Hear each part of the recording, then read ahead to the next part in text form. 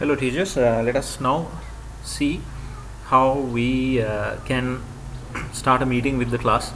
That's what we did in the morning. So let me explain that in a quick video. Right? So what we do first is we have to go to our class first. So you can filter your class. If you have so many classes here, you can filter it. So let me, again, simply just type G11 like that. And it will filter the classes for you, and then you can go to general. If general cannot be seen, you can click on the class name and then click on general, and then what you have to do is click on meet now option here. So before you start the meeting, make sure that everyone is on board. So I think it's better you invite them. Invite them in sense like you put up a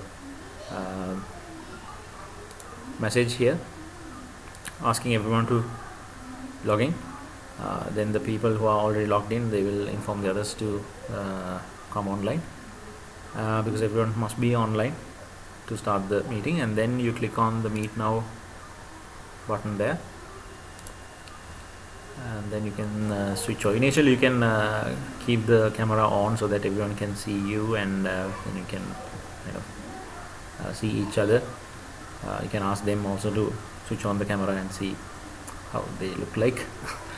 And once you are about to start the lesson, you can switch off the cameras. You can ask them also to switch off, because then you can use the maximum bandwidth.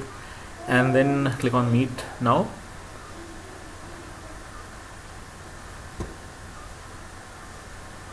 Right, and the people who are already connected with Teams will be here, right here under suggestions. And you are the organizer, and if someone is not there, you can invite them by just typing the name there like that. You can invite them, and then it will start ringing that person, dialing that person. And you can select the people who want you to join the meeting by clicking on these three dots here and asking them to join. Right, so that this is actually kind of a manual work where you have to add all these students one by one. I will show you how in the previous video I showed you how to schedule the meeting. I will show you how it appears on your general section when you schedule the meeting, where everyone has just to join, so you don't need to call these people, right?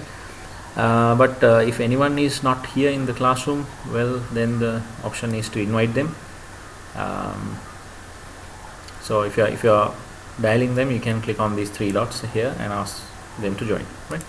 Okay, then I showed you several methods of communicating during the class, conducting the class. One is you can also have the conversation, which is the chat window, where you can chat with the participants. You can also share links and so on. I think it's better not to use this, because anyway you will be talking to them, and if you try to share files here, it might get slow. So if you click on the show participants, you are able to see the participants there. Well, one method of doing the class is you ask them to open the book, turn to a particular page, and you also do the same thing, and then you explain verbally, so they don't see anything. They will just listen to you. They will concentrate on the page as well. The other option is to share something. Share, right? If you click on the share button here, you have several options. You can share a PowerPoint, you can share the whiteboard, you can share the screen. So if you go to whiteboard, it will look like this. If you share the whiteboard, it will you have to wait a little bit until it set up. And this whiteboard can be seen by every student, and every student can participate as well. So they also can write on the same whiteboard, right? So make sure that you control what they write. You can ask them to write if you want, but make sure that you have control, just like you have a class control when you do a physical class, right? And on to your left corner, bottom corner, you have this stop presenting option. If you want to stop the whiteboard sharing, you can click on that. Right, and then let me show you the PowerPoint sharing. So let me Now we already have one here. Initially you will not have a PowerPoint, so what you do is you click on browse here, and you can upload it from your computer. Look for the PowerPoint slideshow and just double click, select it,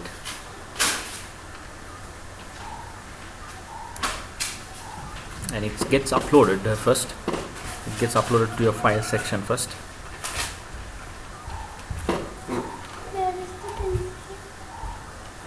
Right, so it appears like this, and now you can click on the slide and move the slides back and forth. You can click on this control as well and do the lesson. So if you have already created PowerPoint slides for your notes, you can use that option. Otherwise it's not really compulsory to do PowerPoint slides separately, right? Once you're done, you can click on the stop presenting option here. Right, and we had a problem earlier when we tested it. We saw the students getting control over your slideshow. So let me open it again.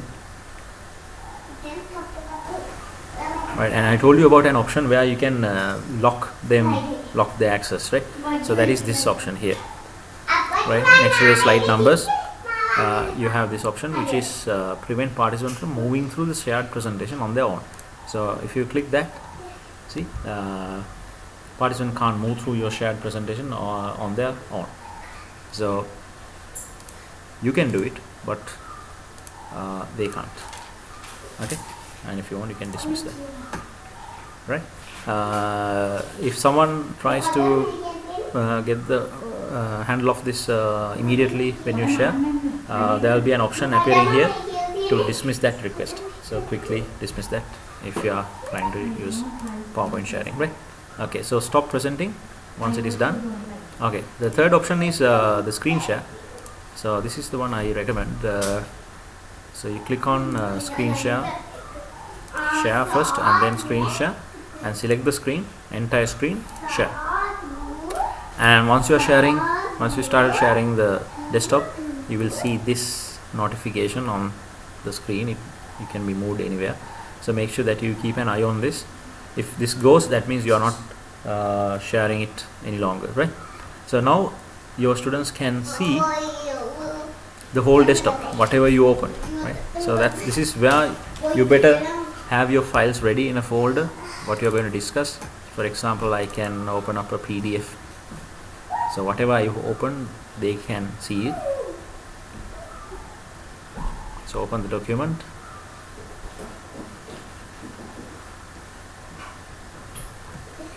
Right, and you can explain this, so they'll be seeing this. And if you want to do some writing, you can use the comment and use the pencil tool, and you can, right, you can use the pencil to highlight things, right? And even the highlighter tool is there. So that is under comments in PDF. So make sure that you have the latest or newer version of PDF, right? So that's one option. Now the problem with the problem with the whiteboard was everyone else could write on it. So if that is not going to work with you, best thing is to open Paint and write on this, right? So here of course they won't have any control. You are the one who is handling this, right? Then if you have an image or something to be shown, like this one for example, what you can do is you can right click on the image and edit, select edit. This will open up in Paint. Here also you can start highlighting and writing on it, right? So either way you can present your files, right? Doesn't matter what the format is if you use screen sharing, right? But this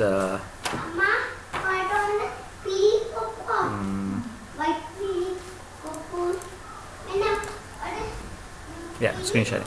So once you want to when you want to stop screen sharing, you need to stop here, stop sharing, that will stop the screen sharing option, right? So again, what are the options you have? You have the whiteboard sharing option, you have the PowerPoint sharing option, and you have the screen share option, which will share the whole desktop screen. Yeah, once you have done with the class, you can just hang up.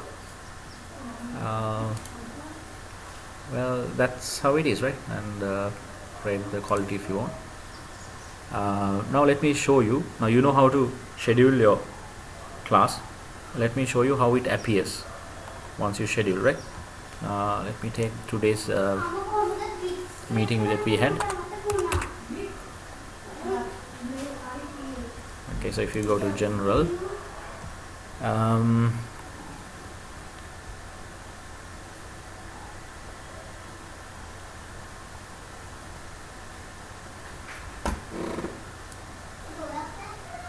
right, so this is how it will appear. When the meeting is scheduled, it will give a notification, as well as it will appear here, and when you click that, you will be able to join. So the students, they will get the notification and they will have the button to join, so they have to join. But here the thing is, like, if they wish not to join, they can just stay, right? But if you if there are students who are not joining, who are just keeping quiet, you can use that other option where you can dial them, right? So once it is scheduled, it comes here on the general discussion area with a notification. But to get the notification, you have to stay connected to Teams. If you are using the phone app, make sure that you are always connected to that, so that you will get a notification there as well as here, because phone is always with you. So if you get the notification on the phone, you can quickly log into your laptop. It's always better to do this class in the laptop, because some of the functions are not available in the phone app. So always better to use the desktop or the laptop with the browser window. Okay, so hope it's clear, and if you have any queries, any doubts, feel free to ask.